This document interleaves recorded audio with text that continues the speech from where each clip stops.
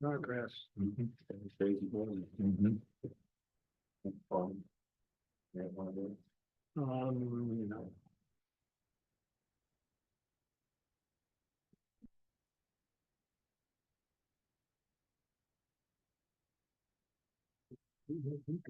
Anything?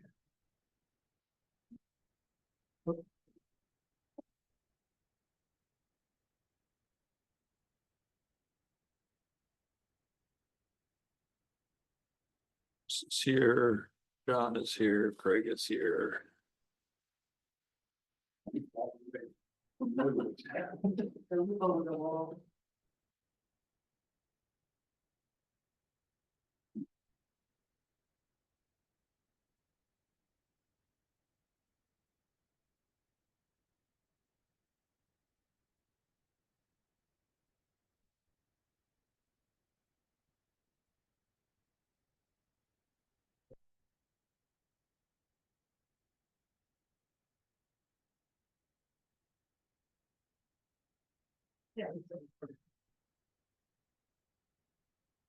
Brad and Frank, I have not heard from.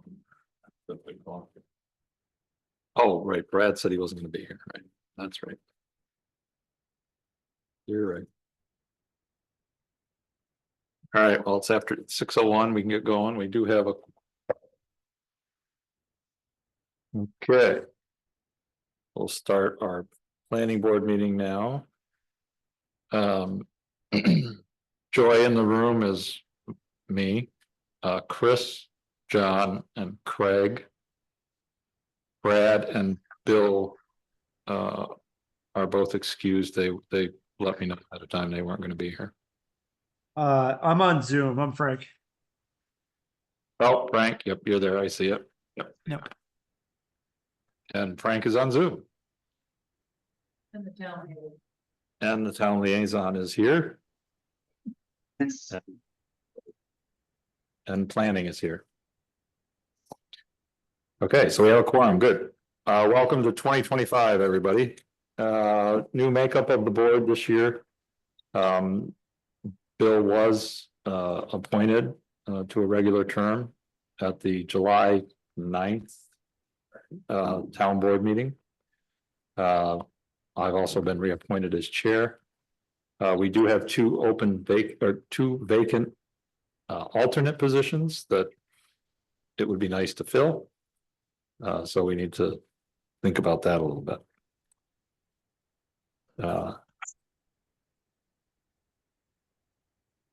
So that's it. Public comment period for items not on the agenda. Anybody have any comments? There's nobody here in the room.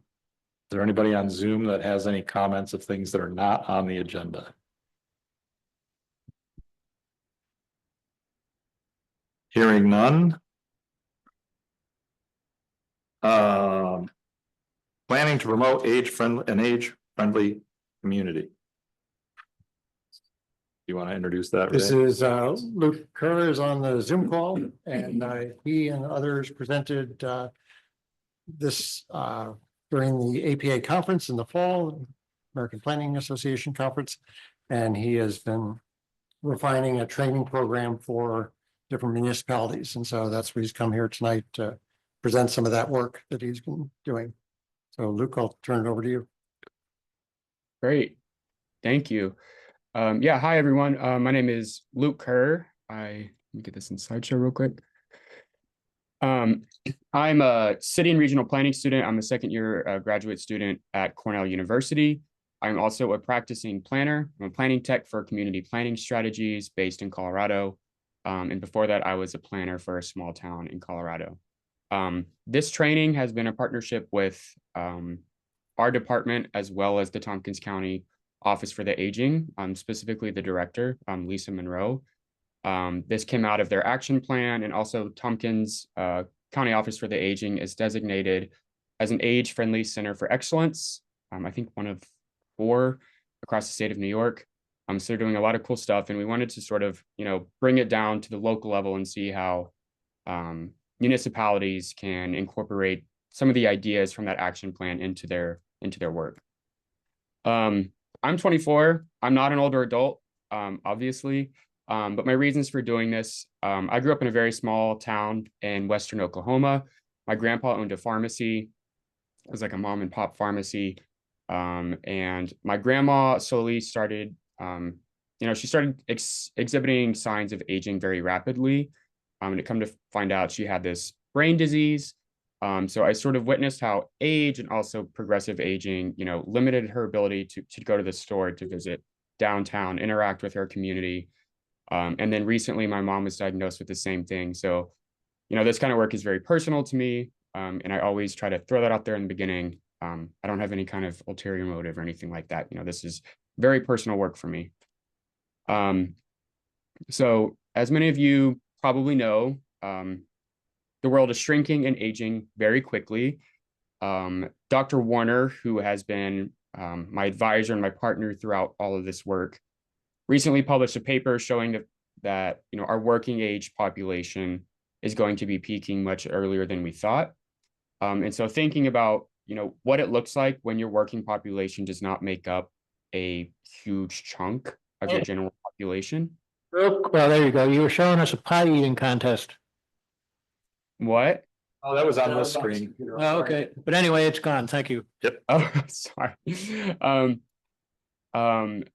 Yeah. So, thinking about, what are the roles of schools as people are getting older? Can there be joint use? I'm thinking about social security systems, who is going to be paying for social security, Medicare, that kind of thing. Our communities are going to look entirely different once that working age population peaks and then starts declining.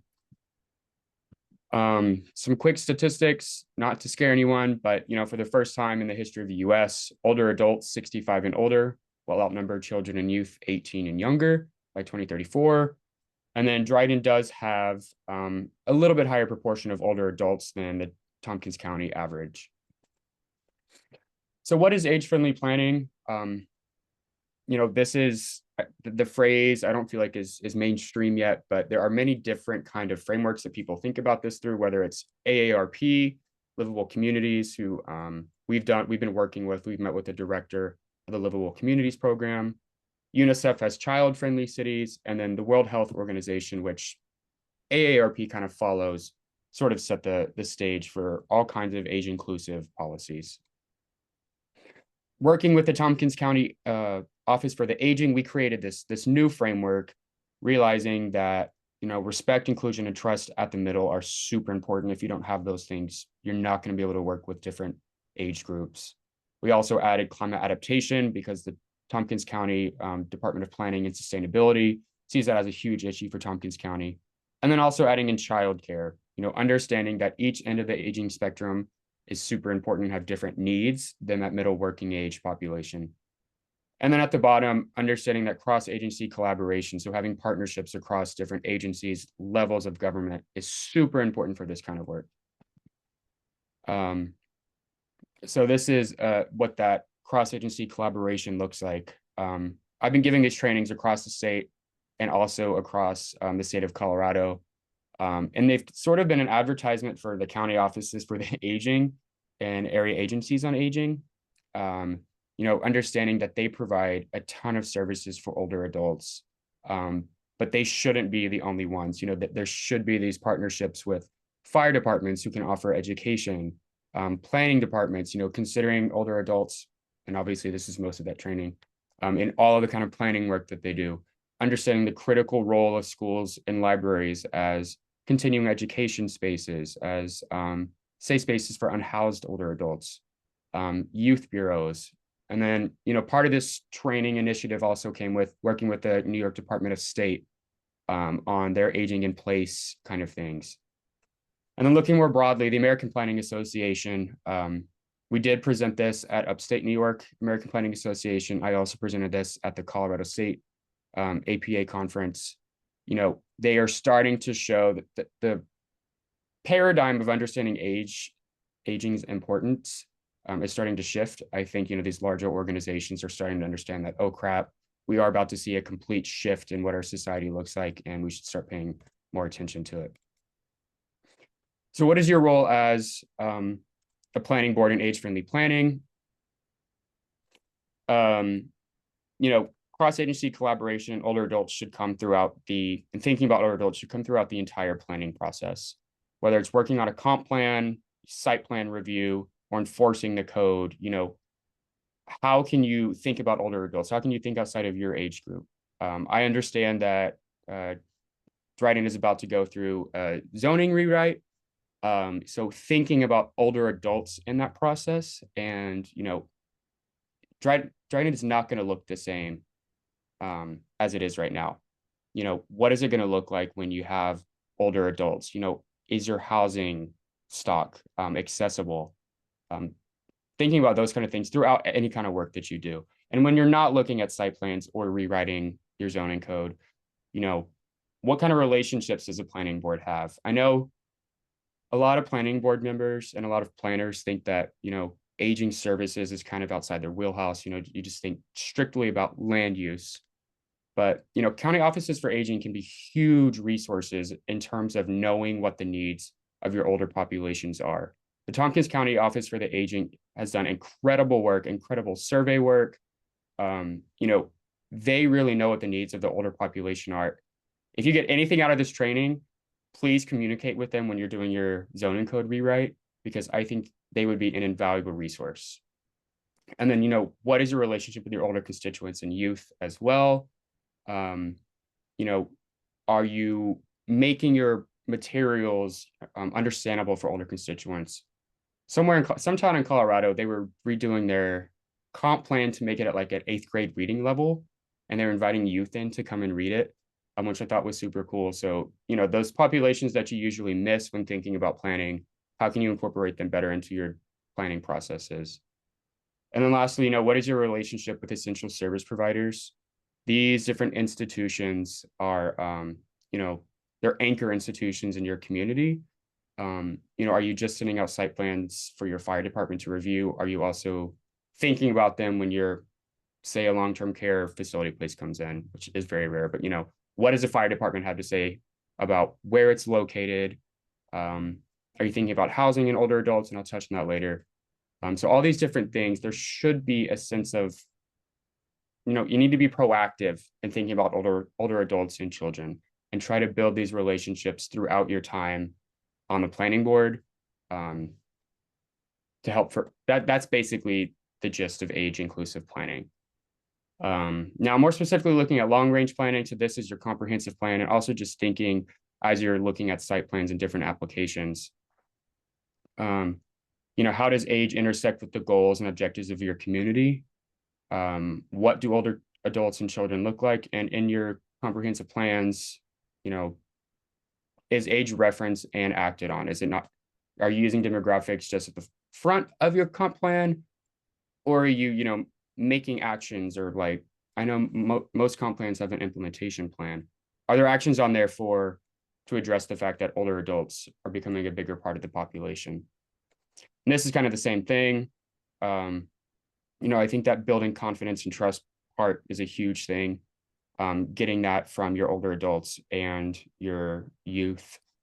And then, thinking in your land use decisions, thinking about land utilization, zoning, and different application types. Are those accessible? And then current planning. So again, I saw on your agenda that the zoning rewrite. And I'm also taking Professor Minner's class. She mentioned that our land use methods class might try to form some kind of partnership with you guys to help with that. But, these are all different things that you can regulate. And, how might your vision for these regulations shift if you consider the fact that older adults are becoming a bigger part of your population? Whose input are you missing when you are drafting these? And then how would you change these, or how would these, how might these look different if you work with the Tompkins County Office for the Aging, with your fire departments, with your libraries? What are these different organizations seeing as needs, and how can you incorporate that into your zoning code? Again, this is what we call the Flower Framework. This is what the Tompkins County Office for the Aging sort of has adopted as their framework for doing their age-friendly work.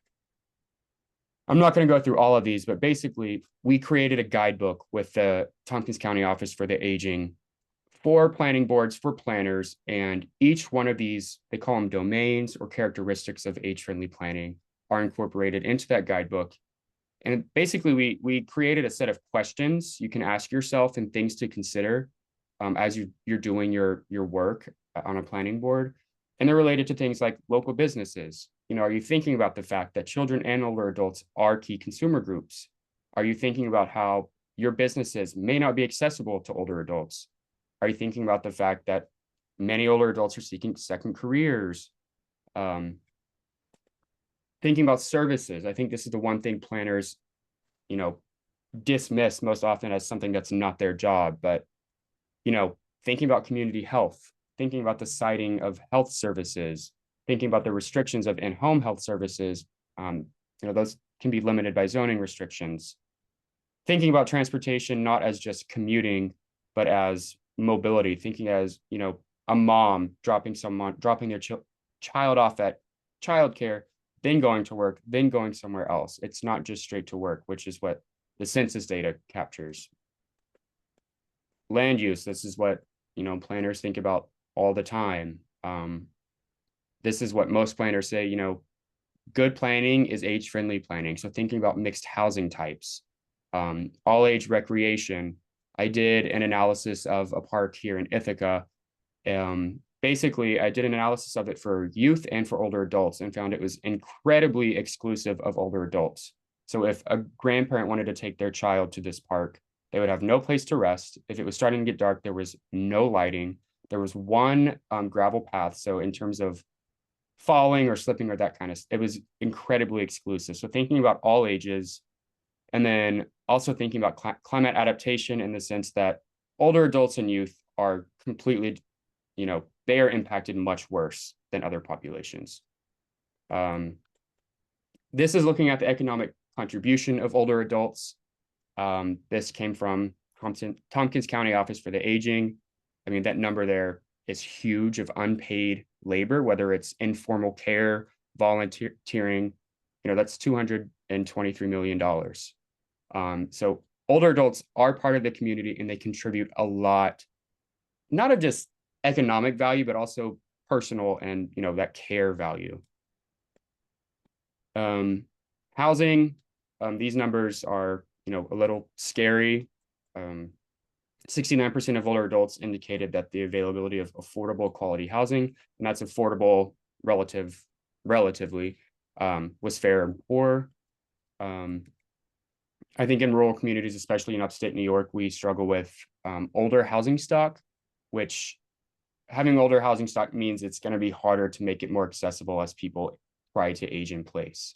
So, you know, what kind of systems are in place or processes to make a house easily adaptable into something that can be somewhere where someone can age in place. Rural communities, this is some feedback I've gotten some from other trainings, you know, to mention rural communities more often. A lot of age-friendly work in rural communities comes from partnerships.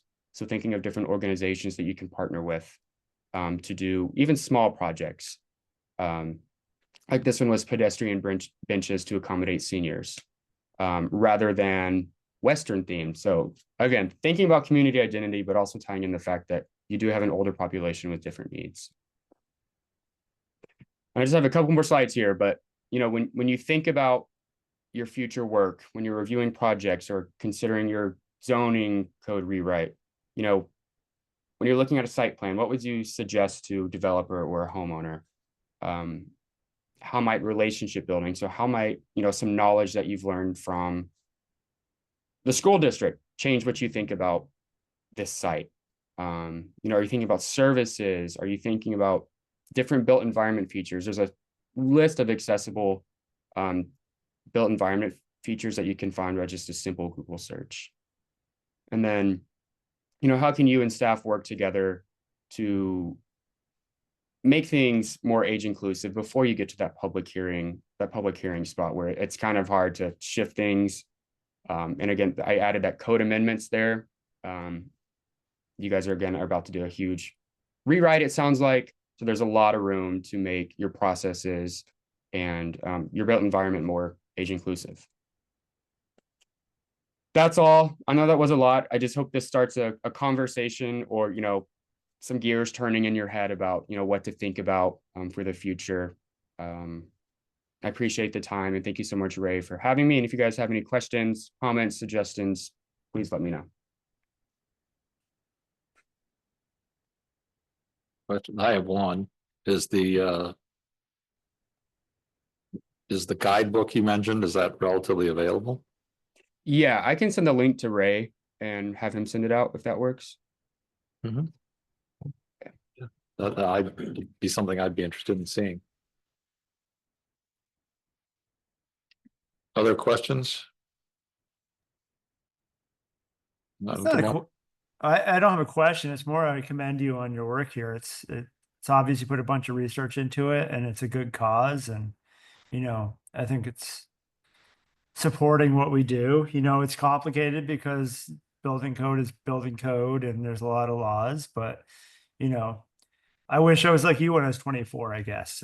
It's cool to see this. I guess my question to the board more is like, how do we moving forward think about this, right? Because we're really where you have to follow our laws and it's not as easy as just taking this into mind when we make decisions either, right? So, there's an open vacancy on our board, doing those kind of things might help bring an influence if you wanted to join the sit-in. So anyway, I just commend you for this, basically, for what you're doing.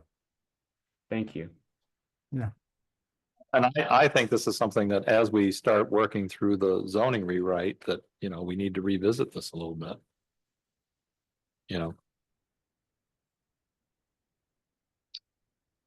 So I didn't realize that the county office for the aging had data that we might want to look at.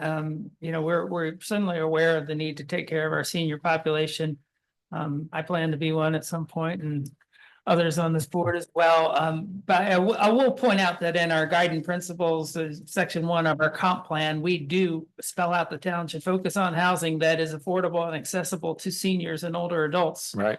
who wish to age in place and accommodate the town's relatively, high proportion of older adults. So we've put a marker down that we want to make this a priority. And of course, zoning rewrites follow comp plans, and our comp plan, you probably know, we just passed it 2 years ago, 3 years ago. Time flies. Yeah, it does. Yeah. But yeah, thanks, Luke. Yeah. Okay. No other question? Any other questions? No. All right, Luke, thank you very much. Really appreciate it. Thank you. Yes. Thank you. Okay, planning department update and future projects. Yeah, so I was just I think I started in December telling you about a supportive deconstruction resolution that was coming before the town board. They did pass that this month. We had a great presentation from the folks at Crowd, talking about their whole statewide effort and talking about legislation that's coming down the pike to further support that.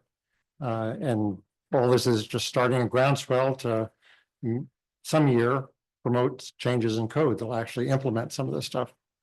So we've got a lot of things going, a lot of positive in that direction.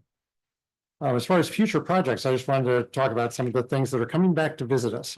We had, prior to COVID, looked at Varna Auto. They were doing an expansion and that went silent for a few years. They're going to bring that back. So that's in the works for being reintroduced. I would expect something in the next couple of weeks. So it might be on the February agenda. Another project that's coming back is the Orchid Place, 1274 Dryden Road. And we saw that as just an intro concept a few years ago. And it was about 12 townhomes, 14 townhomes in a business. And something similar is going to come back. So I would expect that in the next couple of weeks too. So we might start that review next month's meeting. The PUD proposal out at the end of Cardinal Drive and Hanshaw. They are actually working on that. It's going to take them a while to get a full-fledged application together. And then that'll go before the town board first. And if they approve the concept plan, then they'll refer it to the planning board and the planning board will conduct a public hearing. So if they get their application together so that the town board can see it in February, they could refer that, and then our meeting was a week later, and we could set the hearing for March, so that could be quickly coming onto our agenda. I think that was the major thing. I just wanted to point out what we make it a little busy here. And then next month also, there'll be a couple of smaller projects, just minor subdivisions that are going before us. And we just wanted to give a little preview. That PUD could come to us in March or February. It could come in February. Yep. Yep. And the process is, we have a two board process. So the first application comes into the town board as a concept plan. If the town board likes what and thinks it's ready to refer, they'll refer it to the planning board. The planning board conducts a public hearing. And then if that is approved, then the applicant goes back and basically has a development plan, which is a fully fledged site plan. And so that comes back around and goes to the planning board and the town board for approval. So it's really a two-step process. We approve the concept plan, we approve the development plan, and the town board is final say. Yep. Yep. Yeah, it's called a development plan, but it is the full site plan. Right. Yep. Yep. So Design Connect, whatever happened to that? Who did they award the? We did not get awarded, Okay. so, but I forget. You who don't know they who did, picked. you don't know who Yeah. did. And then Penny Property with the auto mechanic, the auto, Yeah, I mean, Shelley did send a violation notice. They have contracted with Municipal Solutions to put together an application. We have not seen an application yet.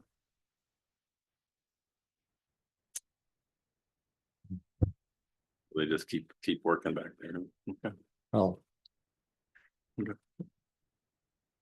All right, is that it? Yep. Any other questions?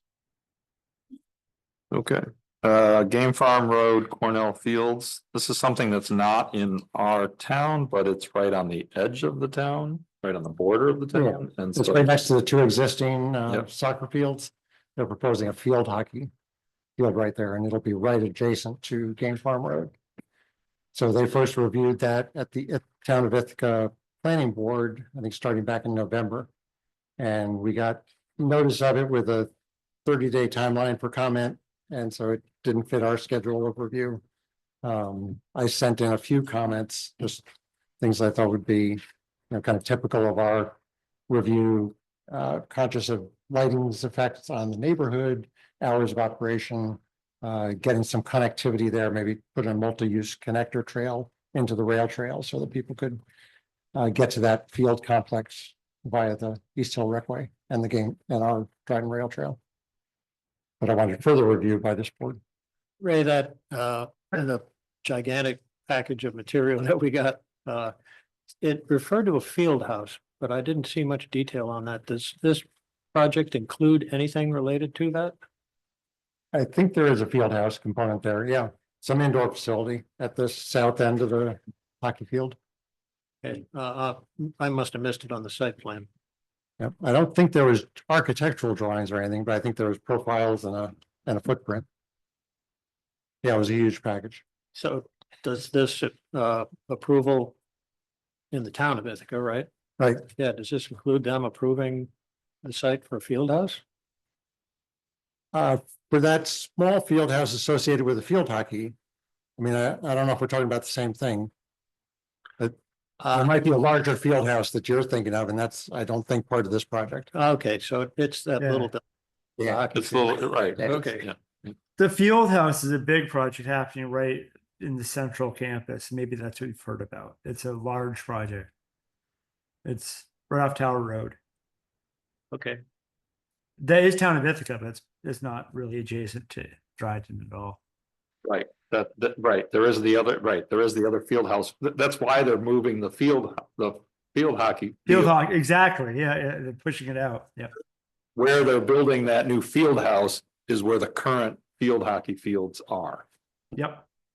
okay. So the field house that's being built is actually right next to the existing field house. It's right next to Bartels, or Okay. I should say behind Bartels, right between Bartels and Tower.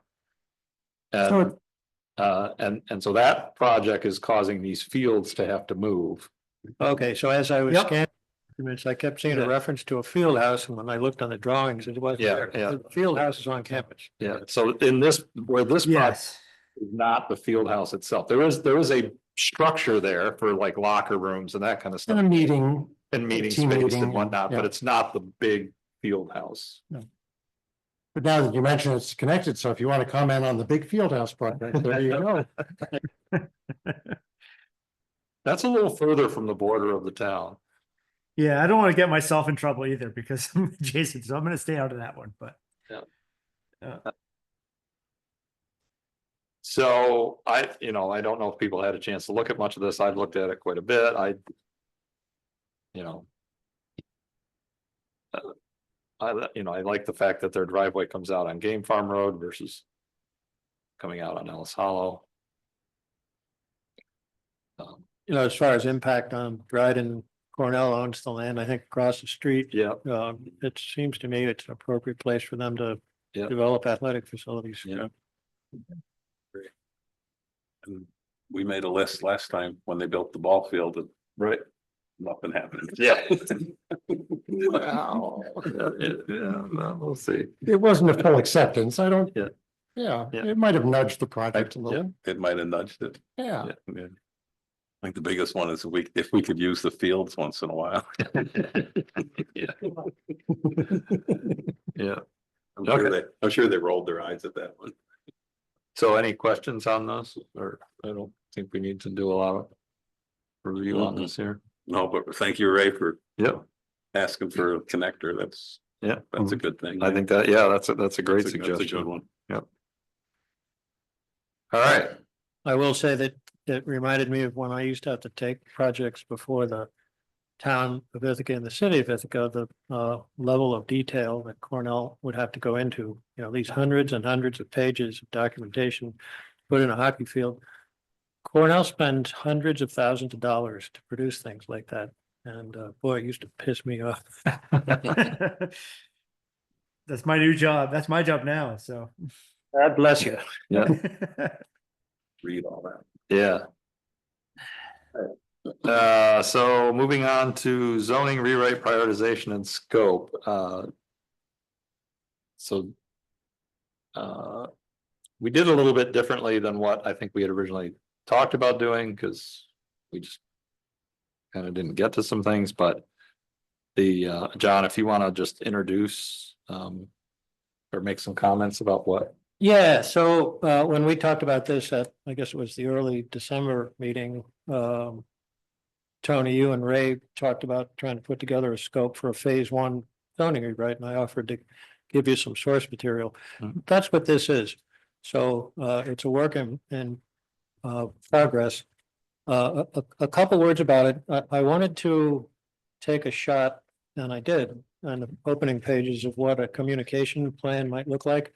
If you'll recall, when we did the comp plan, we spent a lot of time up front. One of the first things we did was talk about how important it is to engage the community and how we might go about doing that. And it was a multi-phased approach where planning board members took on a role, and I think that was good for us. I think that it really helped the community begin to understand what we were trying to do, and paid off over the long haul. So I tried to outline a communication plan.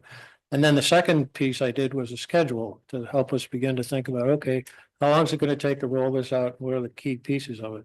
So that's why I put those ahead of time. And again, that sort of mimics what we did with the comp plan, as we started off talking about how we were going to engage the community. And then a rough idea of when the different pieces would happen. The first thing in the schedule is to put together a scope for the phase one update. And in my schedule, I noted that that's something that the town board needs to weigh in on and approve before we would take it to the public. Yep. So that's a brief on those first two pieces that I did. And then for the scope, I went to the consultant's work and highlighted sections in her recommendation that I thought were appropriate for us to take into phase one. And when I did that, I kept thinking about the guidance that I got from the AARP zoning recommendations, which are, it's a giant bunch of work that AARP did, but what they said is that if you're a small organization with limited resources, take it a chunk at a time, and the first one, bite a chunk off that's meaningful to you, but also one that you feel comfortable, that you understand it, that you can produce the language associated with it and get it done and learn from it and let your community learn from it. And so that every time I was picking pieces of scope to put in here, that's what I was thinking about. Those things, were fairly reasonably easy for everybody to understand, that we get it in place, but at the same time, meaningful stuff that's important to us. So, as we talked about last time, it's about housing. It's about increasing diversity of the types of buildings and uses that we allow and things like that. So that's what I had in mind when I put it together. I think the next step for us is to, go through this scope and talk about, are we comfortable with this? And if we are, then I would take it back to the consultant, to Nan and her team, and say, tighten this up, put it in a form that's closer to zoning language. And then it would be something that we would talk about, I think, and work on and ratify, and then we'd pass it along to the town board. And if they thought it was okay, then we fire up the communication plan and go out to the community with it and take it from there. I guess I should say one more thing. So in addition to Nan's recommendations, I also put in my own thoughts about data centers and also about battery energy storage. So there's some additional things in my text that don't show up in the audit report. Okay. Have people had a chance to go through this at all, or I was gonna probably could share it here, right? Well, I just want to share the one part.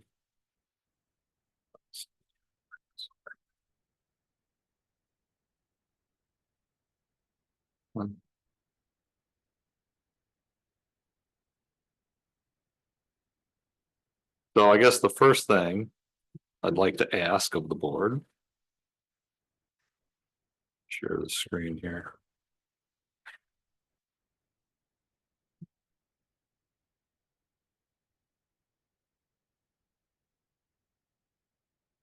Tony, while you're zeroing in on that, I'll add that as I went through the CPA audit report, Nan put subdivision in front of her document. I only highlighted one passage in there, and it was the one that recommended that the conservation subdivision technique be broadened so that we could use that in more zones. That was the only piece that I picked out of her subdivision recommendations. I think that's a complicated topic, and perhaps one that would be best, wait until phase 2 for that. But at the same time, I think the broadening our ability and our developers' ability to use that conservation subdivision tool, it's a fairly easy pen stroke in zoning. I think it's a big deal to provide that much greater level of flexibility on site design that will pay off for us, and that we should really focus on putting that in sooner than later. But it's in most zones now. I don't know. It's in rural ag, it's in rural residential, Yeah, but the project that Greg was just talking about that's getting the PUD, it's not there. in Neighborhood residential doesn't neighborhood allow. residential Yeah. doesn't allow. And yet that would we- be an ideal application for neighborhood residential. Wouldn't have to change the zoning map. I think it's so anyway, that was sort of the method of my madness when I only picked Mhm. one passage from the. Cause it's in Barna now, right? We did make, We made an amendment to allow it in Varna, yeah. could make a quick amendment to allow it in Right, all districts, right? Yeah, and that was Nan's recommendation. yeah, Yeah. She said to make it mandatory. Hmm. If we didn't do that, would. right. I don't think we'd want it mandatory, right? I think we'd want it as an option, though. Yeah. All right, so the 6 things that are listed here as the scope of the first update is to look at Article 2, which is the purpose. Article 3, which is definitions. We did talk, in a couple of our meetings, we talked about you know, we really need to look at the definitions and update those. I think alignment with New York state law is a, you know, I think that's something we really want to try to do earlier rather than later. Housing part one, you know, I think, you know, housing is a priority. It's been a priority for the town board. It's been a priority for a lot of things. So I think that's good. And of course, we have the data centers and crypto mining, and the battery energy storage, which are two. You know, we have a moratorium on those, on the data centers. So that's, you know, that's something we want to address within the period of time. So, you know, the moratorium, while the moratorium's in place. And then the battery energy storage is something that is being looked at in the town, but, you know, currently our zoning doesn't really accommodate it. Are there other things that people think should be? I guess one question I would have is, number one, is there anything here that people don't think we should be doing in the first update? And then the second question would be, is there anything missing here that people think really should be in the first update? Go ahead. Thank you, John, for putting this together. This is a tall undertaking to kind of sift through there, so it gives us a good starting point. I just remember from Nan's kind of presentation and what we talked about in conversation, that I think the actual review process should be included. Kind of narrowing down or streamlining the consistency with the town laws, the state laws, and then the kind of just have the procedures all set in place in the wording. Because that was one of the and then also. Oh, that's the piece about like what needs a special use permit, what doesn't, and who handles special use permits and that. Yeah, but and then like just the review process stuff, like there's so many days for this, there's Right, kind of like you bring application in, right. county has to review the final and Because that's following state law. yeah. That and Yeah, then- Review process for I think state there- law, but yeah. it doesn't really say that. in there. Right. So we just, I think we just include that in that number 3 is that, which would include the review. Expand on that. Yeah, expand on that number 3, which would be include the review process. That's a good one. Does that make sense? Yeah. Mhm. Yeah. And I mean, I then- think it's part of that alignment with New York state law. But but we could lose it if we don't put it in there. Absolutely right. We could easily lose it if we don't put it in there. Yes. So there are places in the CPA recommendations that I didn't highlight Right. that talk about that. Yeah. Yep. Yeah. Okay. So we may want to incorporate that in there. Other comments? Greg? I do have one thought. So the art, Chris, you want to finish your thought? I just had one more quick one. Just as we review these sections, just to, if we want to integrate any of the design guidelines that aren't mentioned in the code specifically. Because one of the recommendations from Nan was to be consistent with like the design guidelines across whether we want to use our existing design guidelines or use more of like what was in the So 2045 plan. So that might be in definitions then. We might. Okay, yeah, it could be. Right, we might add that to definitions and some of the, yeah, so I can see that. I will add to that, that I deliberately avoided anything that would cause us to review the design guidelines, because I think that's a heavy lift. It I is. think It is. I think that's That a makes very heavy sense. lift. I think referencing them to put some teeth into what we have is fine.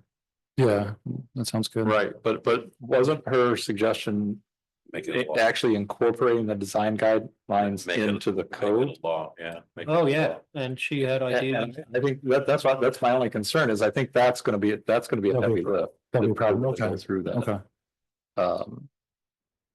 And so. Yeah, I'm not sure we want that in this first. okay, part. that's fine. Yeah, I'm not sure the design guidelines are correct. Right, I think there are certainly things in there that we don't enforce. that's right, that's right, But that needs a lot of work. right, right. Yeah, not even, I think that. Because we want to, to your point originally, John, we want to break this up into chunk, into chunks that sense. we can get through. And I think that would make this too big. if we try to do it as part of this. I mean, we need to do it, but I'm just not sure that it's, I think we might want to try to get through this first. and Phase then 2 or do it. 3 Yeah, or maybe that's something like phase that. 2. I think phase, yeah. Okay. Other thoughts? I do.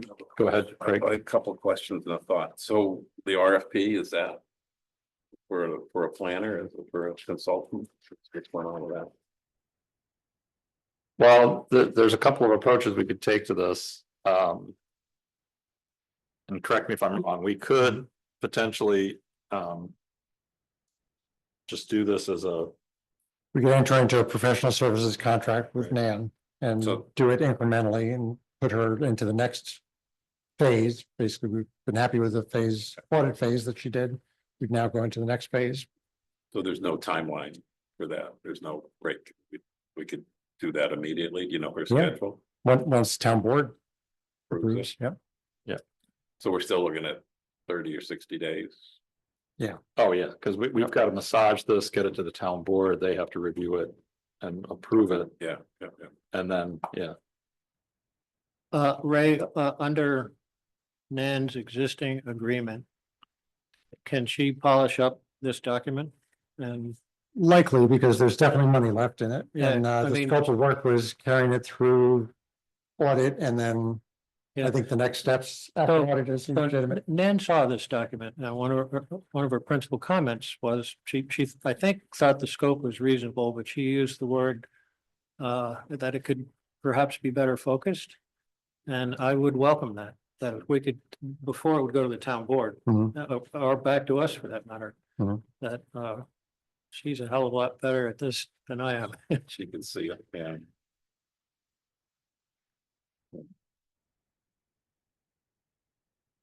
So anyway, that was one option, I think, that you guys were talking about was stick with her for this. Go with, I didn't know that. We had to do it right here, but we don't have to. Well, there's some Cool. disagreement on that. Yeah, I mean, ultimately, the arbiter of that is the town board.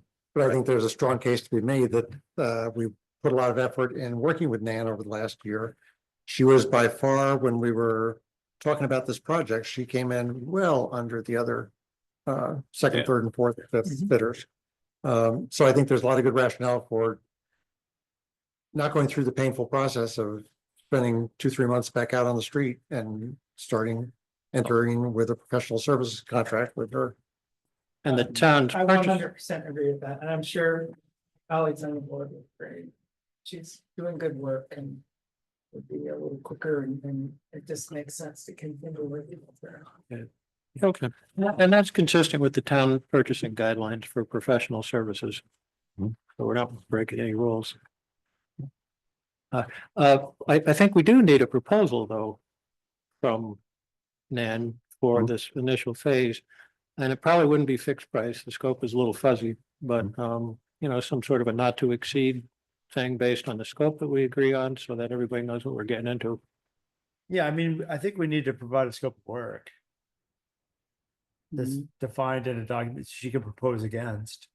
Absolutely. And the straw man thing that I wrote up is my attempt at a beginning to define that. Okay, sounds good. Yeah, so I think. But well, I mean, I think first, let's just touch on these other sections, but I think ultimately what we need to do then is clean this up some. Cause I think that, and then get some comments, some more detailed comments from Nan. Mhm. And then that's before we go to the town board. And then. Right? So would you like me to ask her to take this straw man and put more focus into it as she was suggesting? Yeah, Or should well, we go I right think- ahead and make it a proposal I- format, come back to this board, to make a recommendation to the town board? I would We're on a love to two-step hear or one what- step? I would love to hear her thoughts on focus. Yeah, Okay, yeah. As I said, guys, I didn't intend this to be a final document. Right. No, and I kind of what my thought was, I think. I mean, this is, John, this is awesome, because you got way further than I could have gotten on it, and, but I'm thinking that,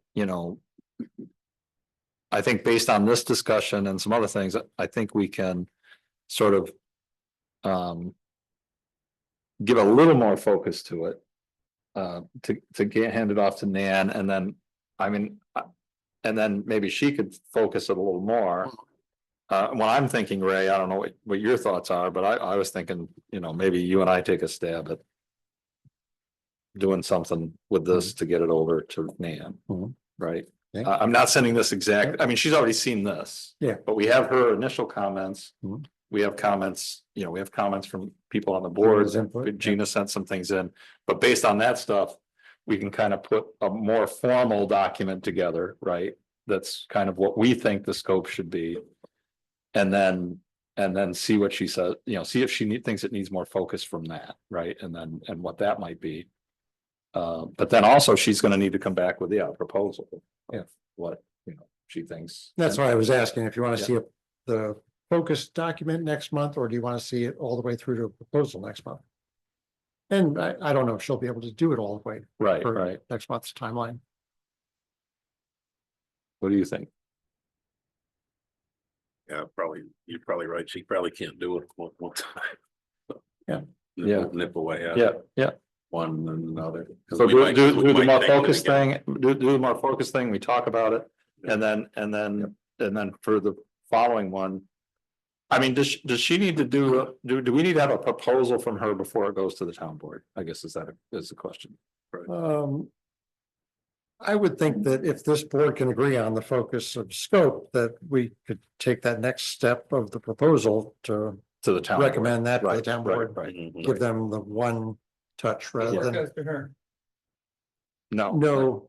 coming back from her with a full proposal. Right, So Yeah, I think proposal that- that's recommended by this board to the town board. I So think we're when, gonna tweak this straw man. mhm. Send it to her, By her, Yep. see if it's fitting what her expectations are. and then hopefully next month we could review that, what she thinks. Mhm. And then. From that, she would create her proposal. Right. With- Does that seem reasonable? yeah, Yeah. and I think that when we see her response, her focus, what she talked about, the scope gonna morph a little bit. She's Yep. gonna have ideas, you know, Yep. well, you might want to Yeah. put this, take this out, but Mhm. that's gonna happen, and it'll improve the document. And then her proposal will be based on our processing her comments and coming up with sort of a final scope. Right. And then so, go ahead. No, I was just gonna say, I know you guys touched on this, but I think one of the biggest issues that we have as a planning board is, and so does like the building department team, is the enforcement piece. And that doesn't really get picked up in the scope of this too well. I almost feel like that's the number one thing to figure out. How do we introduce real, enforcement into these laws? Not just like the verbiage, but like if we're not enforcing things, people can do whatever they want, right? And I don't think that is picked up right now. It's not.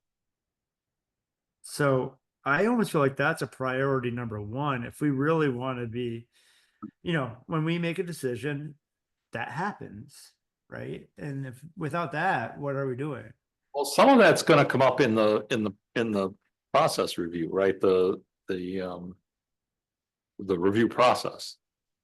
Is, because we talked about incorporating that into, sorry, I scrolled up. In the scope, we talked about that, incorporating that into number 3. Alignment Yeah. with state law is include the review process, and I would think. The review process. Because we're essentially defining how a project gets reviewed and all that. I mean, wouldn't there be some sort of enforcement piece of that? I just don't think it's clear in this, and I'm not putting down this work at all. It's amazing. I just think that having that being its own number, just saying, like enforce. I don't know how, because that goes pretty far into the whole law across, and it's not just like, the first update piece, but I think without being able to enforce what we decide and having the ability for like Dave to go out and enforce what we've decided makes his job difficult. And also we don't end up with projects doing what we actually ask them to do. Does that make sense? We can list it out as part of number 3, I think, because that's Yeah, that would make sense. after the review, doesn't it? No, John? Well, I was just gonna comment, it's clear that enforcement needs to be addressed at some point. When I think about the projects that this board has approved over the years, that I've been on the board anyway, the enforcement issue has been an annoyance to us, but I don't think that people have done work that's radically different than what got approved. You know, they might not Okay. hear where we wanted to have it, or things like that, but it doesn't strike me like it's on fire. I don't know. Okay. I mean, I'm a newbie here still, and I just been hearing about it since the year I started, and it feels to me like it's something that if we're gonna be redoing these things, should be one of the priorities. I wonder if it's not more of a legal issue, because we have a defect in the way it's written now, so somehow it's got to get rewritten, so maybe it's just something the lawyer could attack and. He's Yeah. he's the one that's got to be comfortable, Yeah, I agree. so maybe it's not something that we shouldn't be in charge of, we need to just recommend, maybe try to fix it. And Nan does work with an attorney for this exact purpose of rewriting the zoning law, and so he'll have input on it as well as our own town attorney. I mean, each part that we rewrite is gonna have to be enforceable, Right. right? And so. But it seems to me there's some enforcement. Well, Piece that's of all of these, but, Yeah, well, the state has all that right, that's part of this alignment with state law, state law, yeah. right? Okay. But somehow they got to undo the one that's in place now. Yeah, I mean, we have enforcement grievances that are annoying, like, a failure to maintain screening. mhm. And then there are, our density or our setbacks, that's a different level of enforcement. I feel like, I just want to be clear, what level of gravity are we talking about here? Because I feel like. Well, I've got a couple examples. For example, there's a house next to Dryden Lake, which is fairly out of compliance, right? But doesn't seem like we can do much about that. As I tell people I'm on the board, I hear about like encampments happening outside of like areas where it shouldn't be happening. I just don't feel like, your team is set up in a way that can tell people that you got to go apply for a permit. And it seems like it's a difficulty. Whereas in other towns around here, like specifically Ithaca, they'll shut you down and they have full backing of the town and everything. Does that make sense? Oh, that's true. And as I mentioned, it's been a source of frustration and annoyance for us. As I said, though, I don't think it has resulted in development being radically different than what we approve when we approve projects. It's Yeah. a gnawing problem, but like I said, it didn't, when I wrote this, it didn't rise to the top for me. It's something that we. Okay. Okay, But an example could be, I mean, we were supposed to have STRs registered. right, Before they're operating in the town, and last time I checked, it was just a handful. Yeah. If any. We're probably out of 20 out of 120. Yeah, so there's an enforcement problem there. Mhm. It's kind of like a toothless tiger right now, but. Yeah, and that's a good example, Dan, and that was one that I highlighted here, that if we're gonna get rid of the elder cottage or whatever it is, and that in order to make that work properly, the short-term rental piece needs to be enforced or it will be abused.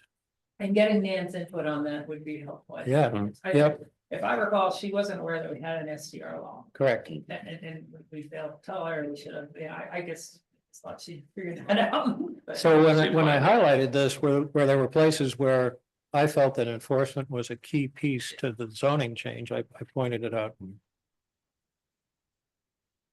okay. One thing I have just related from the notes from the NAN meeting that I had starred I think it was something that she mentioned. She said that the town board needs to enforce decisions made by the planning board.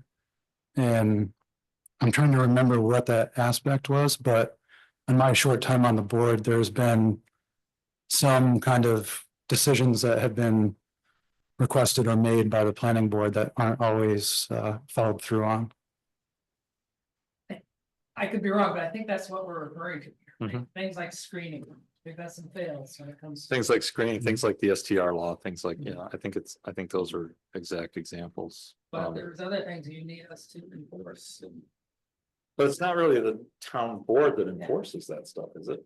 Now, the town board does. I'm not sure what these examples are. I mean, it is the town board that authorizes, for example, if it gets to a point where you need to take a violation to court, the town board is the one that says, yeah, you can spend the money to do that, right? Well, no, the town board actually put in the $5,000 budget line a couple of years ago at the recommendation of the planning board. Right. And that's what we used for enforcement. Got it. Okay. We've just been very unsuccessful in the courts. And went way beyond the 5,000. When, in my early years on the planning board, I used to get all huffed and puffed on this, and think, well, you guys aren't doing your job. But it's expensive. And how much taxpayer money do you want to spend to make Joe Blow clean up his front yard? If he won't do it. And if you start, you leveraging the law and leverage all kinds of fines that don't get paid, it just, the more I read about it, it's a messy, complicated thing. That's why I'd like to, A scofflaw tab on our website. And just publicly shame people. No, that'd be- I've done dog shaming, we could do that. In this day and age, impossible. Okay, That's Well, why, no, John, you did a great work here. I'm not trying to say, I'm just making a comment, that's all. So it just seems to me that's something that yeah. I've no, noticed. I think enforcement is important, but I think it's kind of incorporated in each step. We have to think about, so every recommendation we make going forward, we need to think about what the How do we, yeah. as part of that. So if we're working on whatever piece it is, the two things that are in scope there that are interesting are, the battery storage and data centers. We can recommend a zoning change, but if I think at the same time, there needs to be some thought as to how that's going to be enforced. and one thing I'd like to explore in the zoning rewrite is right now we only have the ability to fine, and that requires court action. Right. I'd like to explore a possibility of fees for, a week out of compliance. This fee Yep. doubles the second week. Right. Yeah. That, See yeah. if we can get more traction that way. Right. Fee and a fine, aren't they the same? Yeah, Well, no, a fine has to be imposed by the court. A fee we could do by town board resolution. So you would issue a zoning permit and a fee if you don't comply with it after 180 days or something. Yeah, I'm not exactly sure how to structure it, but it's an idea, a concept I'd like to explore in this zoning rewrite, because we might be able to effectuate. Sounds like, you sound like Henry. 100%. Yeah. Yeah. Is that what other towns are doing? Fees as opposed to fines? And I can't find a lot of real local examples, no. Most of them use fines and go to court when they can. So how do you collect the fee? Well, there is a problem, but then even if they don't pay the lien, Then you still have to take them to court. put a lien on But it. I kind of disagree because you can also just withhold the TCO, right? Like, as you're approving the work, if you don't want to give the TCO, I mean, it's complicated, right? But it's just part of being a building inspector. You don't allow, occupancy of the space. And somebody's got to support that, right? Because that person's gonna be very unpopular. But that's where the enforcement is really the strongest, right? If you can't use the building you just built, you didn't comply to our rules, they're gonna comply so they can use it, right? And that the state law says you can do that, and that's where our law says you can't. I think there's some. There's some discrepancy disconnect that we between need the to two, fix. because the site plan review, according to state law. You could withhold the occupancy permit Right. until the site was complete. Yeah, I mean, look at town of Ithaca, they're famous for this. Yeah, oh, God, yeah, Yep. yeah. They'll even make you move the furniture out. Yeah, yeah, they'll control your construction schedule over this, Yep. Yep. so, It still sounds like a lawyer issue. yeah. Sorry to throw this in, it just, to me, like, this is something that I've heard about at most of the meetings, and it seems like something we should look at, so. Okay. All right, so I think, so right now I brought up to the communication plan.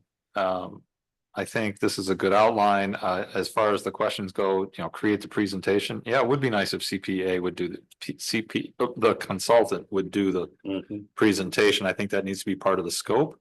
Because I don't think we're qualified to, do that presentation, but. We should keep in mind that we may be giving that presentation. We may be giving the presentation, but I mean, Yeah. as far as creating the presentation, Yeah, I think we need some help with that, I guess. oh, I agree. I think it's gonna be a joint effort. Okay. I think, go ahead. No, well, go ahead, finish your thought. But I mean, I think as Sure. far as this is concerned, yes, with the presentation gets created, right? And you've outlined some things here, which I think are good. I'd like to hear Nan's thoughts on some of it. And then we have to, schedule the outreach. I mean, I think, we do need to do some kind of public outreach and schedule those meetings and kind of like we did, as you know, with Dryden 2045. Mhm. So do people have other thoughts on the communication plan?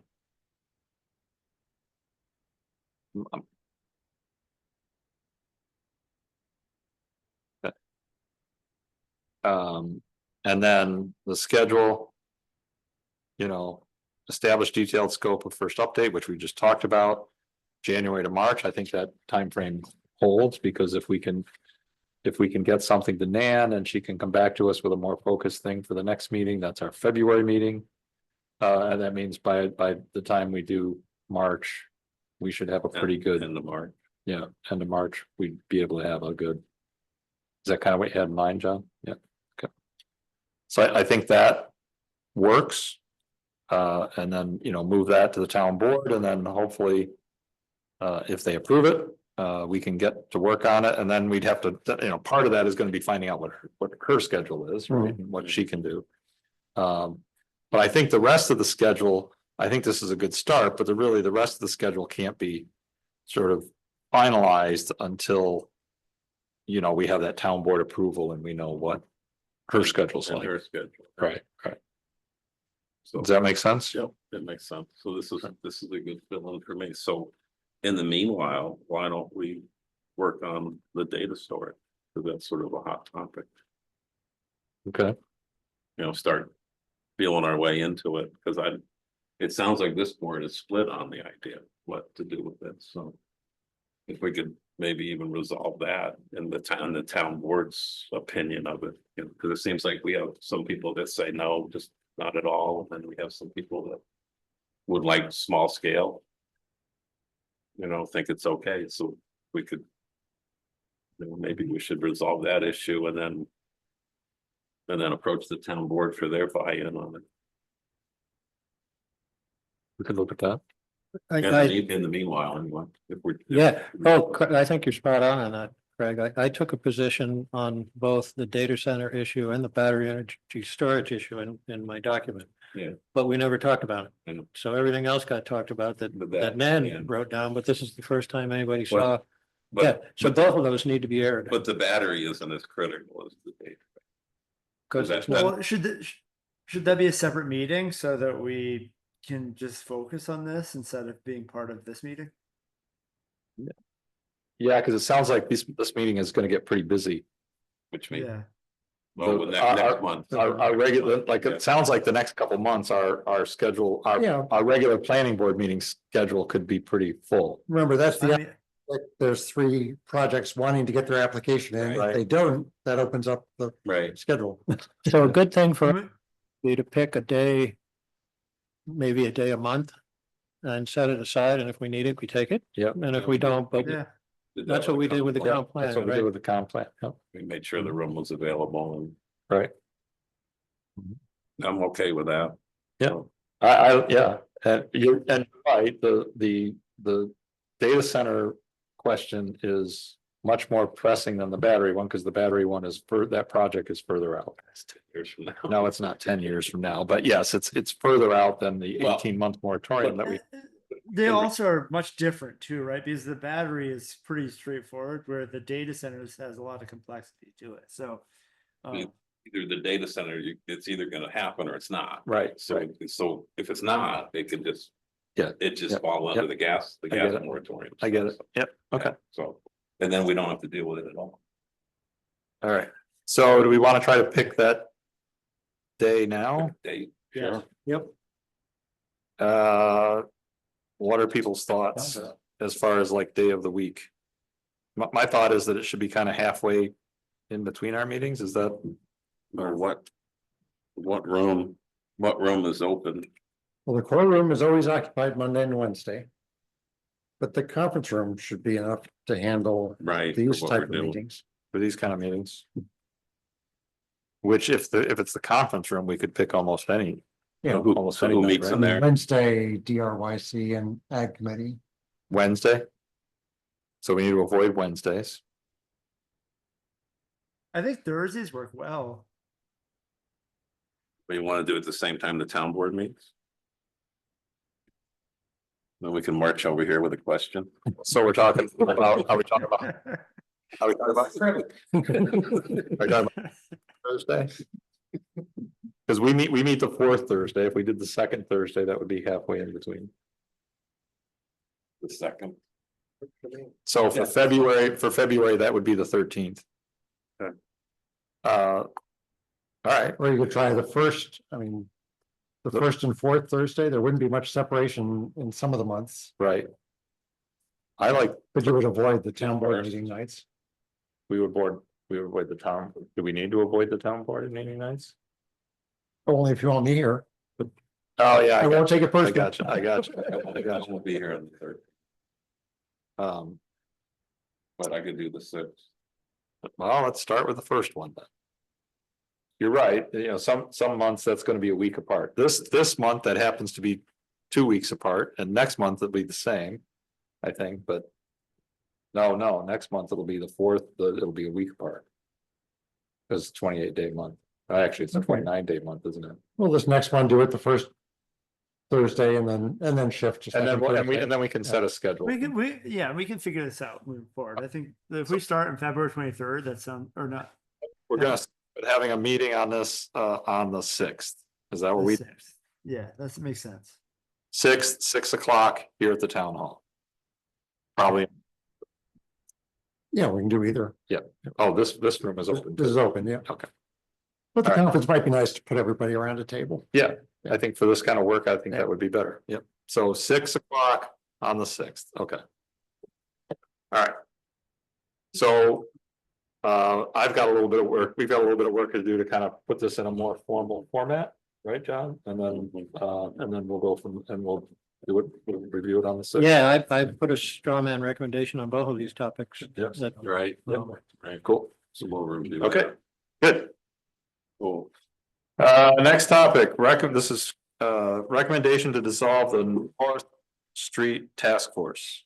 You want to talk about that? Not much to talk about, we were most of the, we were supposed to be working on the Design Connect, implement most of the Design Connect goals. And unfortunately, most of them have been met. Some of them we didn't get to because, the buildings were bought, like the community center, the things like that. But the biggest one was the infrastructure, the connectivity with sidewalks and that. And of course, that one got awarded a grant along with us, the village down in by the elementary school had sidewalks to put on that. So really, there's nothing much for us to do. So I think it's appropriate just to dissolve it at this point. And this was a subcommittee of the planning board? This is a subcommittee Of the planning board, so it's up to yeah. us to It's up to the planning board to yeah, decide. discharge us and Yep. of our duties and Yep. dissolve it if we think we want to. You know, the grant's gonna come through for the sidewalks and there might be some questions there. You know, if the money doesn't go as far as they can, we can have to eliminate some sidewalks, but I think that could be helped. You know, the planning board could deal with that issue or Ray could deal with that issue. You know, I don't see it being a big, it's gonna be. You know, you can eliminate on one side of the street or the other, you know, probably Ellis or Enterprise, you know, so. But outside of that, I think do you have a preference on this, Ray? I think it's. No, I think it's easy, because right now, I mean, the town heavily populates that north street, and it should be more village Right, if it's gonna guide this sidewalk project. so I think it's time. I mean, we haven't met in a year, so, you know, we were hoping that Lucente would do something with the intersection up there, but he might be 3 years before he does that. Sounds like he's gonna build out on the south side like we recommended and work his way north, so before he gets onto the north side, you know, he might deal with that traffic light up there then, so anyway. So the resolution's there. I didn't bring one. Do you have it in front of you? Have it right here. I brought it up on the screen, so. I don't know if you want to change it or. Short and sweet. I thought It's it short and was. sweet, and so Craig, are you moving this? I'll move it, yeah. I'll second it, and I'd like to make a comment about it. Craig, I'd like to recognize your work on this. It was your idea originally to task Design Connect with working on circulation on the north end of the village. And then from there on, you've really been the major force pushing this whole thing forward, and you've done a wonderful job. It was a, collaboration between the town and the village, and I think you've done a marvelous job doing it, and I thank you. Well, thank you, but it was a lot of fun and everybody takes credit. I mean, Chris was a big help and. You know, Ray and Dylan, and it was a joint effort, the mayor, Deb Fisher was all. It's a big joint effort. I think it was probably the first time the town and the village actually worked together on something. Yeah. Well, Montgomery. Well, Yeah, So- but it was fun, yeah, so it's. But I know the mayor wants to keep it going, but it's like, yeah, no, it's time. For the benefit of the record, it was moved by Craig, seconded by John. Any other comments or discussion? Dan, do you have anything to comment on this? I know, I'm just grateful for it too. I think it Okay. served its purpose. Yeah, okay, Have more money to go with it. yeah, that's 4.1, that's not bad, Yeah, great job. not bad at all. Any other discussion? Nope. Okay, all in favor? Aye. Joy, that's unanimous. Okay, Thank you, so that resolution passes. nice. I'm gonna stop sharing now. The next item on the list also is from Craig. Liaison to is it called the Workforce Housing Committee? Yeah, Affordable and workforce housing. Committee. That's it, affordable workforce. I knew there was another word in there, right? Yeah. Affordable. a lot of times it doesn't get slid into the workforce. Workforce housing Affordable committee. doesn't, so.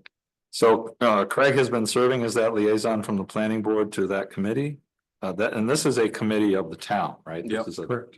Well, it has the mayors of the other towns. Yep. Yeah, Of the villages. the villages, yeah. So there's been a liaison from the planning board to this committee. Craig is stepping down from that role. Yeah, I've notified Leonardo that I'm leaving and I'm leaving next month, so they're working on the zoning, so I figured I'd stay that 1 month. So recommendations for the zoning. Right.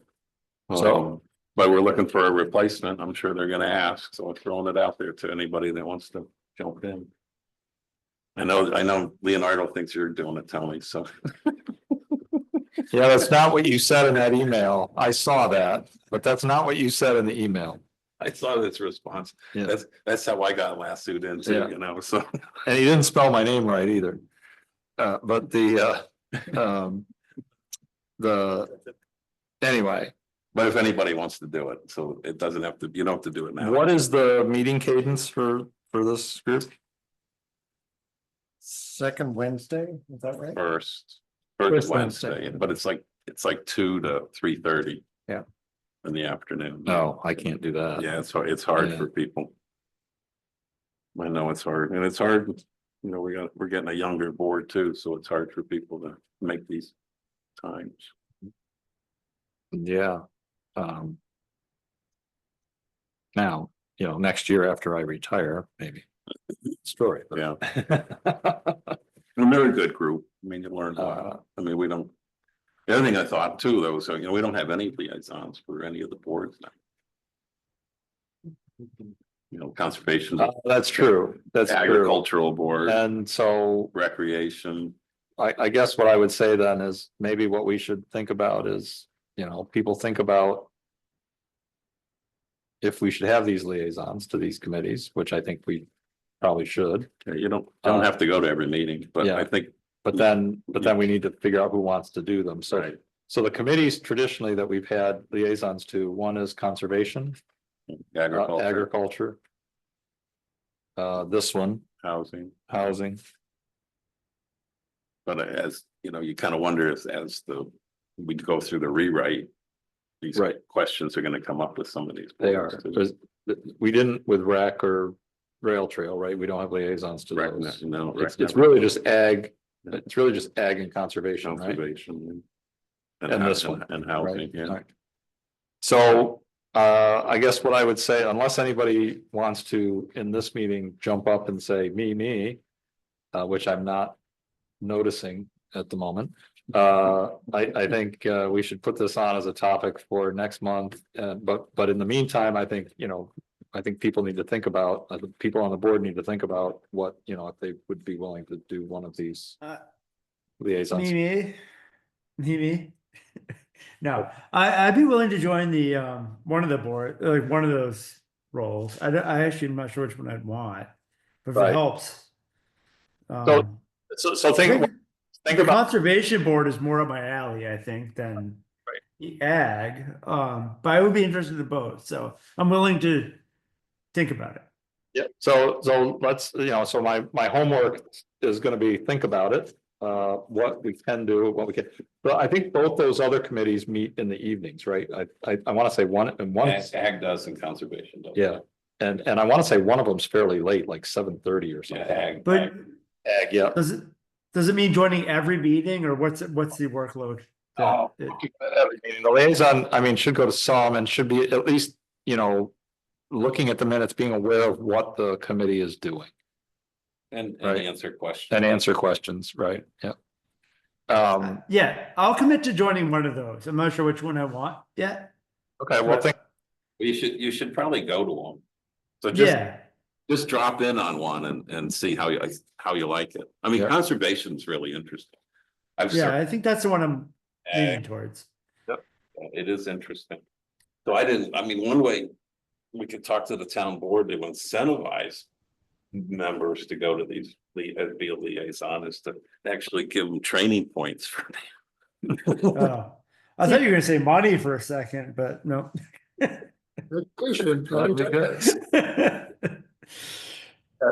so that's the homework. Ideally, we would have liaisons to these three committees, right? Ideally, we would have liaisons to these three committees, so, you know, and we're short two planning board members tonight, so I think I'm gonna push this one off to next month, but think about it in the meantime. Yeah, okay.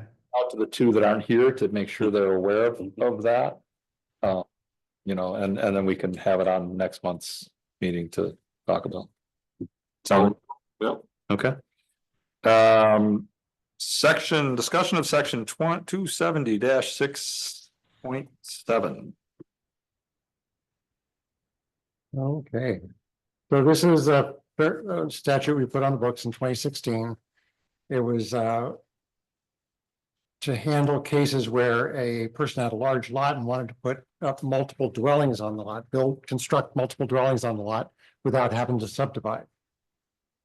So we came up with this path where if it could be determined that they were subdividable, that could go forward depending on how many lots you could create out of it is how many dwellings you could construct on it. And if it's 2 to 4 dwellings, it was just site plan review here. If it was more than that, it was special use permit for the town board. I don't think we've done any where it's gone to the town board, but we have done a few of them here where it's been 2 or 3 single family homes on the lot without requiring subdivision.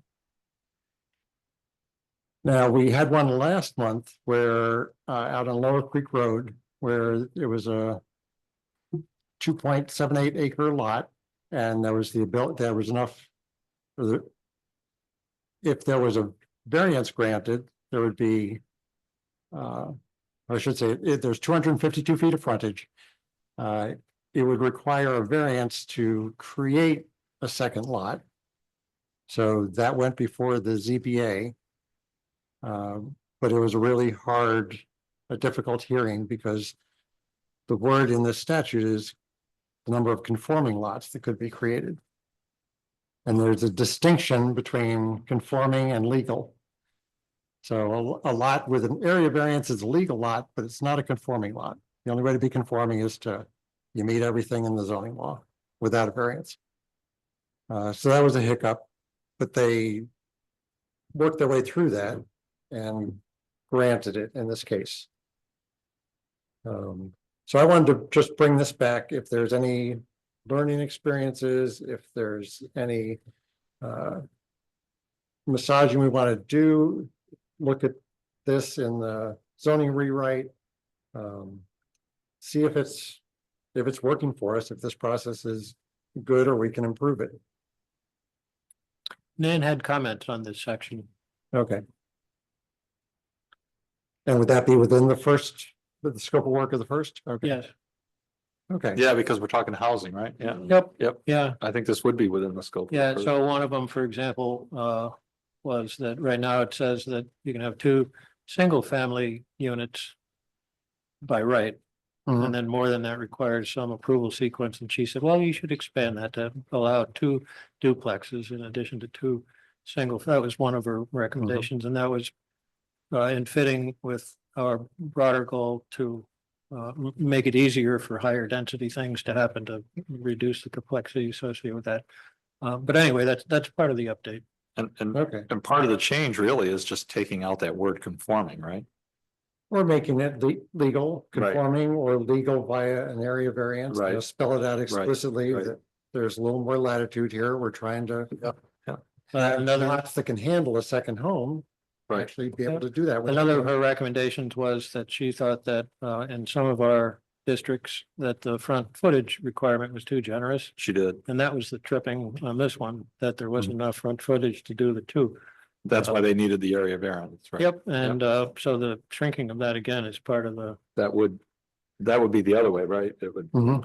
so there's a number of things in play here that will affect Yeah. that. Okay. All right. And this, wrapped into this discussion, I want to revisit that case that and the action that we did last month. Right. We actually did a sketch plan approval without seeker, so I want to go back and do seeker for this lot. And then also just make an affirmation. I want to ask the board if there was any there were 2 different tax parcel numbers and 2 different acreages referenced throughout the discussion and throughout the application materials. So one was the tax parcel 39.9, which was 4 acres, and one was 39.92, which was 2.78 acres. So I just wanted to see if there was if that had any bearing on the decision made by this board. So I'd ask if it didn't, to make an affirmation of that tonight after you do seeker, and maybe just reaffirm the sketch plan approval. Because the sketch plan is on the 2.78 acre lot, correct? Yes. Which And is, here, I can pull up, which is 39.92. correct, 39.92. So I'll pull up the original survey that made the 2 lots. Okay.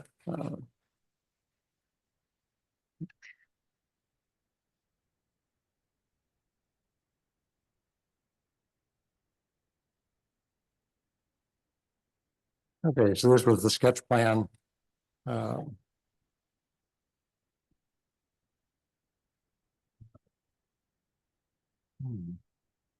How am I gonna get? right? I'm trying to.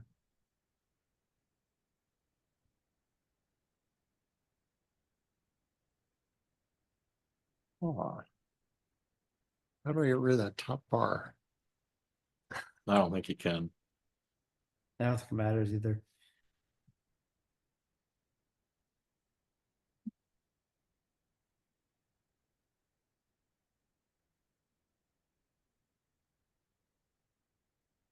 Tony, do you know how I get rid of that top bar? The toolbar Um, maybe on right, my screen? maybe right click on it. No, Mhm. get rid of that, but you can get rid of the toolbar on the left. Well, let me stop sharing. Go back.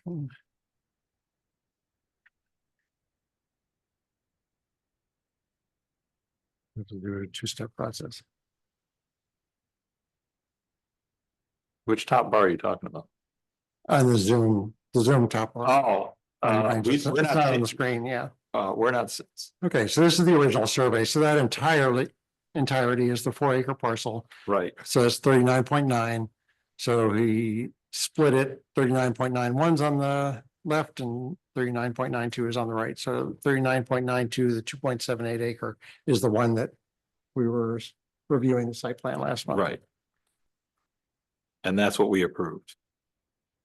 Yep. Was the 39.92, 2.7 Correct. acre lot, Yep, 7-8 acre lot. Yep. Everybody in agreement with that? Yep, okay. So yes, that's what we were reviewing. Yes. okay.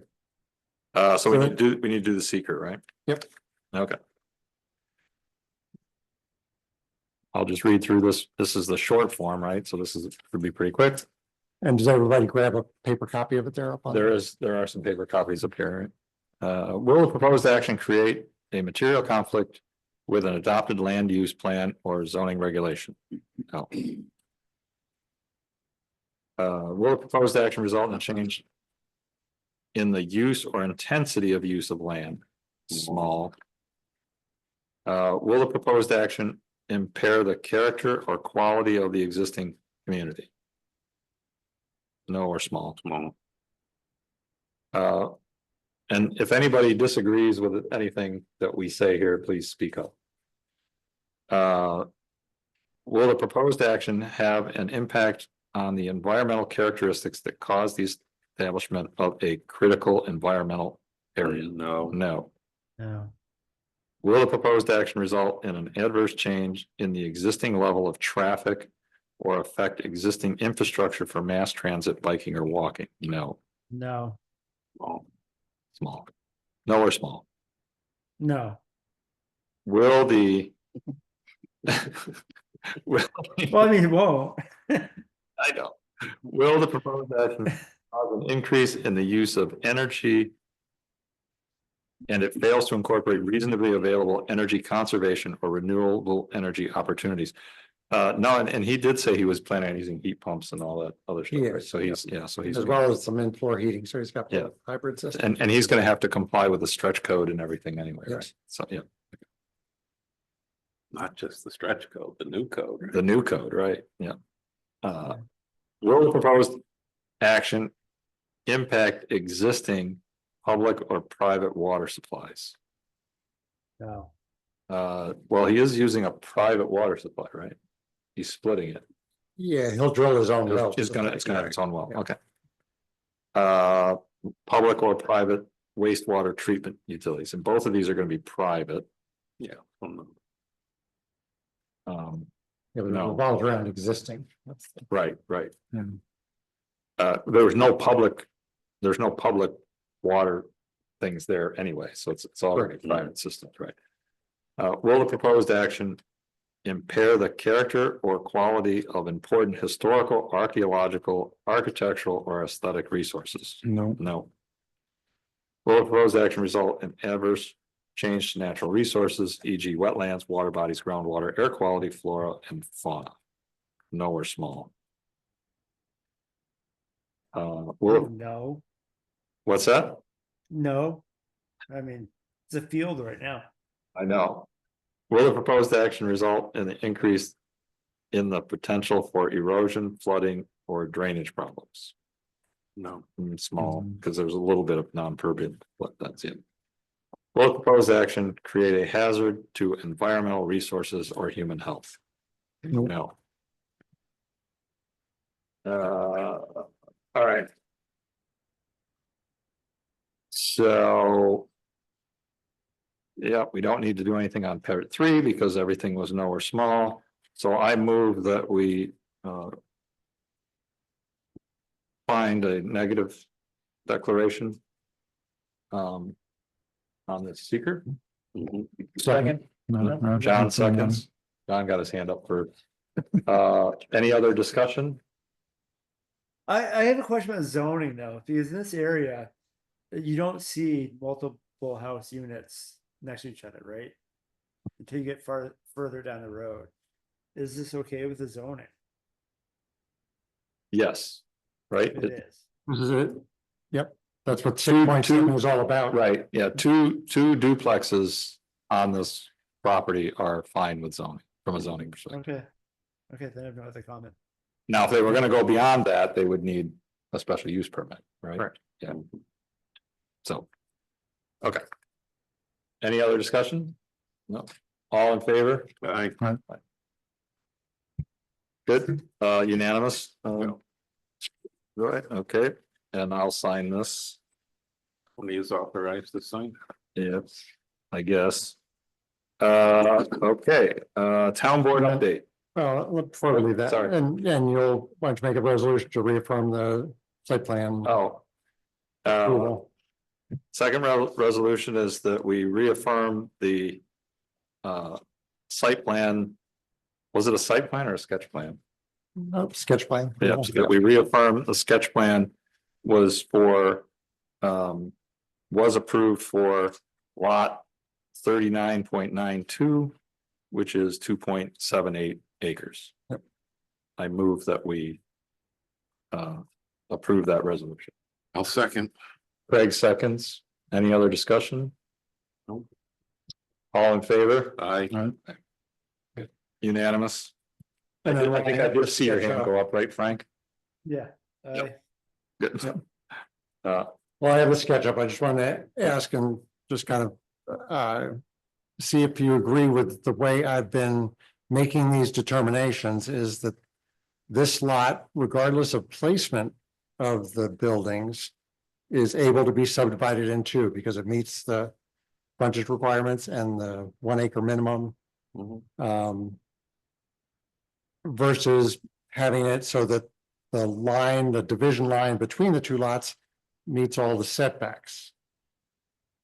So would you agree in that interpretation that what I'm asked to determine here is that the second lot could be created, not necessarily that it's conforming with all the potential yard setback? Right, so if this was subdivided, the buildings would be, where the line would go, the buildings would be in violation of the setbacks. Right. just the rear line. The rear? No, it would be the between them, because Oh, the that's houses are right. too close together. Yeah. I mean, you'd have to find a line that can zigzag through and try and meet other parameters of not having the, How far apart are they? they're 40 feet apart. Oh, you're So I close. mean, in this case, you probably could do that zigzag line, Yeah, because they I only be think 10 that's- feet from the sideline, right? 15. 15. Side yard. 15. So you could probably do that here. But the statute talks about a determination for how many conforming lots could be made. So the way I've been doing it is just simply if two conforming lots can be made and we have And the, not worrying about the placement of the And not buildings worrying on about- those lots. so in the future, if this person were ever wanting to subdivide, they would have to comply with the current subdivision rules and but that's not the concern right now. But if they move those houses apart further, they then would go beyond the setbacks from left and right too, right? So like, you're kind of stuck once they built these houses. You can't really subdivide this lot if you ever wanted to. Right? Because you're too close together. Probably a way of worming that line through, but I don't know that we need to concern ourselves at this point. He wants to put the buildings in this layout. Yeah, but he owns a bunch of land next to this, right? So, like, I'm confident he'll try to aggregate this out. He no longer owns the lot to the west there. He doesn't, okay. He built and sold. Is the plan to have this area be more densely populated with houses, or is it more to be like the surrounding areas where the houses are spread out more? I don't want to complicate things, but like this will have a certain look compared to everything else around it. There's other homes in the vicinity, and he's done exactly this type of development just about 800 feet to the east. He bought a 4-acre lot there and put up 3 duplexes.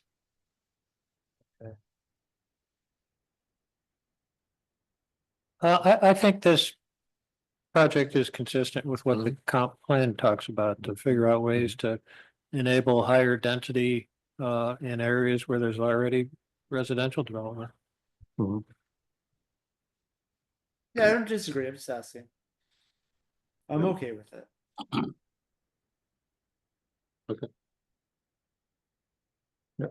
Okay, I just wanted to make sure I was doing a consistent interpretation and not worrying about the where the line exactly goes. Right. Okay. Okay. Very good, thank you. Anything else on this topic? That's it. Okay.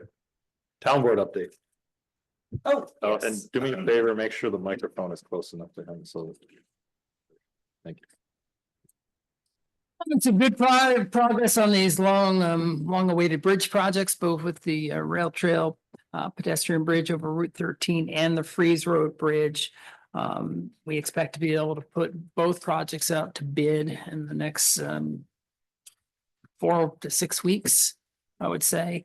All the design report information is at DOT for the Freeze Road Bridge, and they've indicated that everything's complete, and the northern long-eared bat did not stop the project. We're eagerly waiting a protest about that, but we survived. And so we expect that the project, there are a lot of details that go into a bridge, just an astounding amount of details, particularly that historic bridge. But again, I think we'll be able to put that up bid in the next month, and the rail trail bridge might even go sooner than that. We're kind of excited. That means, the rail trail bridge could be completed in 2025. The Freeze Road Bridge will still take more time to design and remove and then construct, so that we're going into 2026 on the Freeze Road Bridge. But the story keeps getting more interesting, and hopefully towards the conclusion. Other things I just wanted to mention is that we've had some really good progress with Dryden Fiber, and I think this is an issue for our quality of life and development in the town, and in fact, seeing all of our work on the planning board, where people want to live. And if we can extend high-speed, low-cost internet throughout the town, that means people want to live throughout the town, and particularly people that live out in my area where there isn't high-speed internet. It makes it easier to do business from home or work from home. And we've got 27% of the town covered, of the households covered at this point. And we're ahead of schedule. We've got over 270 paying customers. We expect to have 1,000 by the end of 2025. It's just a project that's really coming into this strong phase where we're bringing in more revenue right now than we have operating expenses. And we're starting to get our reimbursements flowing with New York State. So we're putting in our first request for $500,000 from New York State for funding that came through the municipal infrastructure grant. And we're working very closely with Caroline. We entered into an intermunicipal agreement this month. It took a lot of lawyer time, a lot of my time, Jason's time, and David Makar, who's the executive director's time, to go over this document and getting into a form that spells out the long-term relationship with the town of Caroline, and just specifically how we're going to fund the project, how we're gonna place orders, how we're gonna invoice, just what that relationship looks like. Another thing you might want to know is, you know, if we have all this fiber running down a town line and somebody just across the road in Groton wants to get in, we will extend the service as long as it doesn't mean more infrastructure. But if it's just a matter of running a fiber to somebody's home and the fibers are already going down Peruville Road, we'll go ahead and serve somebody in the next town over. And that's a question that's come up. Last month, the Supreme Court declined to hear the challenge on the affordable access program that New York State started. I think it was in 2021. So a $15 internet is the law of the land for low-income people in New York State. Telecom companies fought that all the way to the Supreme Court. Supreme Court declined to hear it. We made it clear all along that we were going to offer $15 regardless of even the fact that we're slightly too small to even be regulated by that state law. But we will offer $15 internet to low-income households. We see that as a rounding error, you know, in the grand scheme of things, and something that we'll offer. Other things I just want to mention, I had a really great meeting with the Council of Government and some members of the county legislature today to address this issue of Dryden ambulance and ambulance service overall in Tompkins County. And I've brought this up before, but I'm getting a positive response from the county legislators about adopting a ambulance tax countywide. So it's not just a Dryden ambulance tax. All of us pay an ambulance tax, but if you live in the town of Caroline, you don't. If you live in the town of Groton, you don't. But you might get served by Dryden ambulance, and that's, you know, a pretty nice opportunity for you. And the county legislators and my colleagues in other towns are seeing this as an unfair burden on Dryden taxpayers and Trumansburg ambulance people who are paying into that district. So I'm meeting with a consultant lawyer tomorrow about fleshing out this plan, and the county chair, Dan Klein, agreed to hear what we have in mind. And I think this will be a good deal for Dryden taxpayers and probably a good deal for Tompkins County residents because they'll have more consistent service and a more consistent, you know, contract relationship with their providers. And it won't just be this informal. Ambulance and EMS is so informal in New York State. We've got to take a more holistic, more deliberate planning process into account. And so I'm kind of excited that this is starting to pay off, this research that I've been doing, and the mayor of Trumansburg, Warden Hart, and Mark Whitmer, the supervisor of Caroline, we're all working together on this. So that's cool. And lastly, we have another dog control officer that we're pretty excited about for the town of Dryden. Little happy note for the animals. I think we hired a very competent contractor for the town.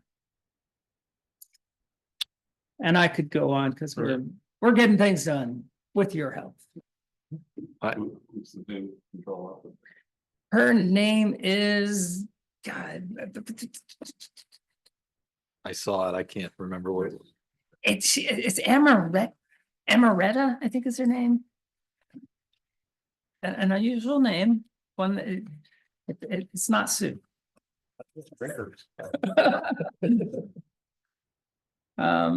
Yeah.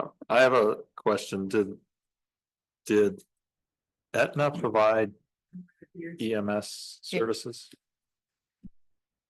Aetna hasn't been out on an EMS call in a while in terms of taking a vehicle, so we pretty much assume they don't provide EMS. Barna and Freeville cover the EMS and for the large part, and most of the fire calls, and all of them now. So there's no loss of EMS service and for Aetna zones. Dan, speaking of Aetna, did the Aetna Fire Department not get funded? We're not contracting with the Aetna Fire Department. So what does that mean for them? It means that they need to transition into supporting the other departments with their equipment and volunteers. They just have been historically underperforming, not meeting their contractual. Oh, yeah, I wasn't asking you to justify it. So will they shut down that firehouse? They're a nonprofit. And so, I know, but even though everything, I thought lock, the stock, town and, pays for the whole thing, right? yeah, lock, stock and barrel, their assets are paid for by Dryden taxpayers. Right, yep, we're that. So they need to recognize it at some point, and I don't think they have yet. Recognize that they're not gonna have a mission anymore, that the county emergency management office has taken them off all mutual aid calls. The neighboring departments do not have them on a mutual aid plan. So their phone is not ringing and will not ring. So they really don't have a purpose. They have probably $1.5 million worth of equipment. They have the largest tanker truck in the town. 15,000 gallon tanker truck, and that needs to be kept in operation, serving the town residents. So at some point, according to state law and how nonprofits dissolve, assets have to go to a like entity. And there are only 2-3 other like entities to consider, supported by the Dryden taxpayers with the mission to serve emergency, fire and rescue. So at some point, the assets there will be, reallocated, but we can't force that. And they were under the impression that somehow we were going to come get the equipment. And they moved all their trucks out. They hit them. And Hit them? for the last 3 weeks, they have not been, Hired a fire truck. they haven't been in the fire hall. It's the damnedest thing. So there's a little drama going on. And the light vehicles Uh-huh. They think they own. I've asked for that information. I've asked for, I've sent them a letter indicating every vehicle they have, and I wanted to know the title and ownership, registration information for each vehicle, because there's some concern that, well, I don't know, but I would like to find out. We need it clear that those are Dryden taxpayer assets. They were underutilized before, but they need to be put back into service. Right, yeah. What about the building? Well, the building it is a good location for staging, and I would think that a partnership between Freeville and Varna, could yield, maybe one of them running EMS and one of them running fire. We'd like, of course, to keep all the volunteers. We never want to lose a volunteer. They're very special too. But meanwhile, Dan, there's zero income for that nonprofit. Right, they do not have a contract. Right. And their contracts, the contractual period started January 1st. Importantly, though, and I put this in a note on our town website, is that if you need emergency services, nothing has changed because Varna and Freeville we're covering those zones all last year. And we've got the data to show that. But I can go back to town minutes and things I've read over the last 20 years. And somebody told me last night when I was over in Freeville that the problems with that department go back even longer than 20 years. And, it's one of the harder decisions I think we've had to make. I don't enjoy making this decision. No, of course not, but it sounded like the right thing to do. No, Okay, well, thank you. thanks. Any other questions for Dan? All right. Minutes approval, December 17th, 2024. I sent out some revised minutes last week. Did anybody have a chance to look at them?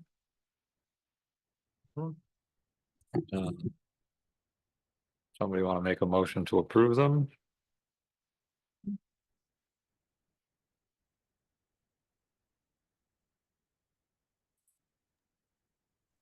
I wasn't at the meeting, so I can't.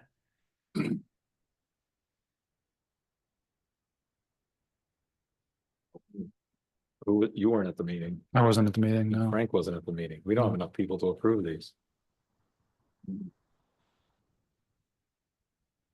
It's just the three of us. Put it up for next. All right, I will push these off till next month because we can't. People here to approve them. Yeah, because they're gonna abstain because they weren't here. Two are gonna abstain because they weren't here. Yeah. So I don't think, Three votes. I don't know. Robert's rules. I mean, we have a quorum here, Yeah, but two are gonna abstain. You still have the majority. We still have a majority. Can we do that? Yeah. I mean, I trust you. All the three of us that were here. I'll move that we approve these minutes.